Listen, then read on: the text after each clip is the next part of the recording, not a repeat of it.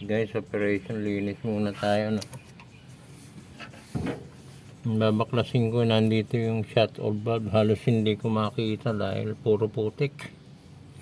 Hirap hanapin. Tapos itong mga babaklasin mo, hindi kakasa yung kamay, eh.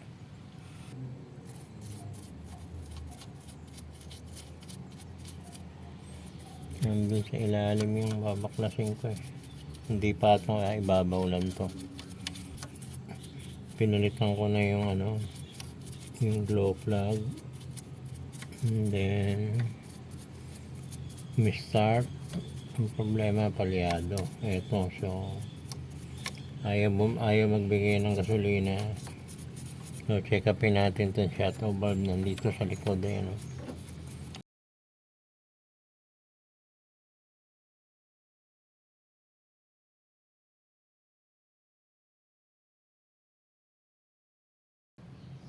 Yan, medyo maluwag na. Natanggal ko na yung brace, na.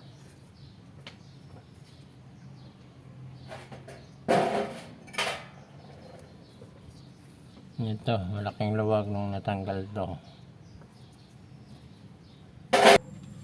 Yes guys, nahawi ko na lahat tong mga sagabal dito, no? Nahirapan ako dito sa shut off valve kalasin.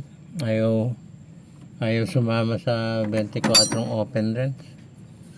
Matalbog lang siya. Ang ganda pa naman ng mga ko, yung open wrench ko. Ito, dalawa, isang open and back. So ang ginawa ko, sinaga ko na lang, guys.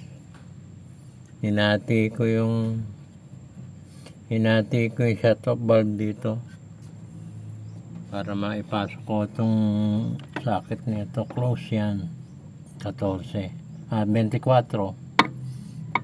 Yan, hindi ko pa siya nabubunot pero gumalaw na siya. Madali na yan. Yan. Tapos ito, papakita ko sa inyo, minodified ko lang para pumasok. Wala kasing space to, eh.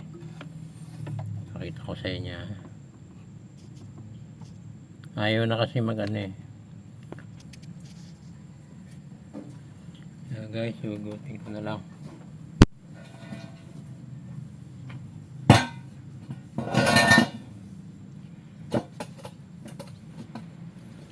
Hugutin ko na lang.